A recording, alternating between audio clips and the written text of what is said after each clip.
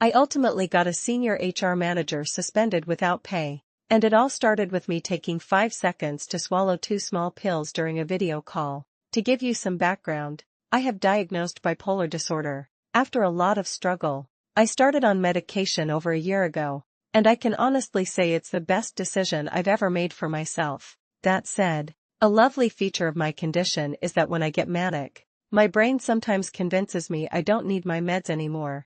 I've learned the hard way that this is a path to self-sabotage, because when the medication fully weans out of my system, I go completely off the rails. To combat this, I've developed a strict system for myself. I take my meds every single day at 11 a.m., no exceptions. It's a fixed point in my day that helps me stay settled and grounded, ensuring I stay on schedule. The incident happened during what has become the new normal, the company-wide Zoom meeting. My workplace had gone fully remote, and HR was holding a call with about 30 of us to go over the latest health and safety protocols for the upcoming quarter. Our HR department had become incredibly strict about video call etiquette. Videos had to be on at all times, and you were not supposed to move out of the frame for any reason. The meeting started at 9 a.m. 2 hours later, right on schedule, my 11 a.m. phone alarm buzzed softly on my desk. I discreetly reached for my pill case and a bottle of water, leaned just slightly out of the camera's view,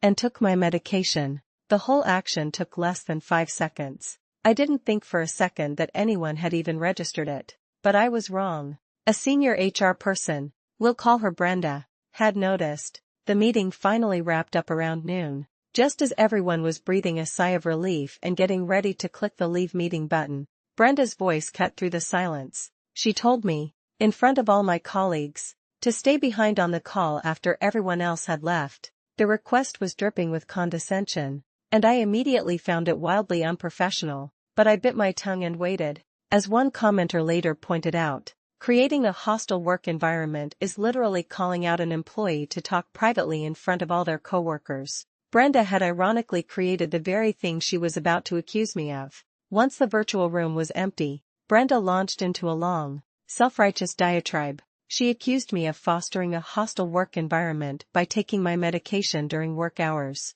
She claimed I was being neglectful of my duties and even had the audacity to say I was ruining my body with what she called drugs. This was the moment Brenda, blinded by her own biases, was about to make a career-ending mistake, completely unaware that her unprofessionalism was about to be met with unshakable resolve. I listened patiently, my anger simmering under the surface. When she finally paused for breath, I responded, keeping my voice steady and firm. I explained that the drugs she was referring to were, in fact, prescription medication for a diagnosed medical condition. I told her that I failed to see how the 5 seconds it took me to take them could possibly be construed as neglect or creating a hostile environment for anyone. I finished by stating calmly that my medical history was none of her business, and since she had failed to demonstrate any actual harm or disruption, I didn't feel this discussion was warranted at all. As one person later wisely noted, you could replace bipolar disorder with any other medical condition,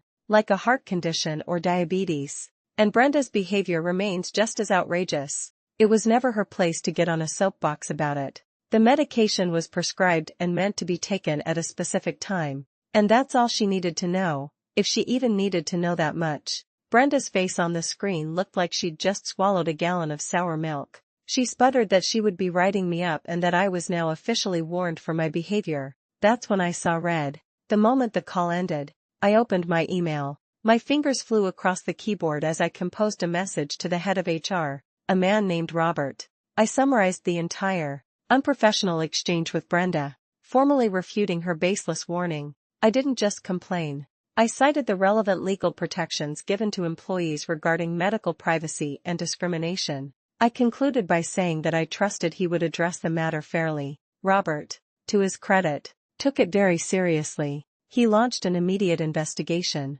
A few days later, I learned through the office grapevine that Brenda had been suspended without pay. You'd think that would be the end of it, a clear case of an overzealous HR manager being put in her place. But the fallout was not what I expected. Apparently, Brenda was quite popular in the office, and a number of my coworkers found out what had happened. They felt that reporting her to the head of HR was taking it too far and are now making my work life incredibly difficult. The whole situation feels surreal. I had to protect myself from someone who was threatening my job over a private medical issue. Let's be real. As another user put it, she said she was going to mess me over, so I just messed her over first. That's not being an asshole. That's just playing an Uno reverse card on someone who had it coming. Yet now, I'm the one facing a hostile work environment from my peers. In the end, standing up for your rights is crucial, but it can come with unexpected social consequences. You must protect yourself from unprofessional and biased behavior, especially when it concerns your health and livelihood. But it leaves me with a question for you all. I know I did the right thing legally and professionally, but now I'm ostracized by my colleagues. How do you handle the social fallout when you've rightfully stood your ground at work?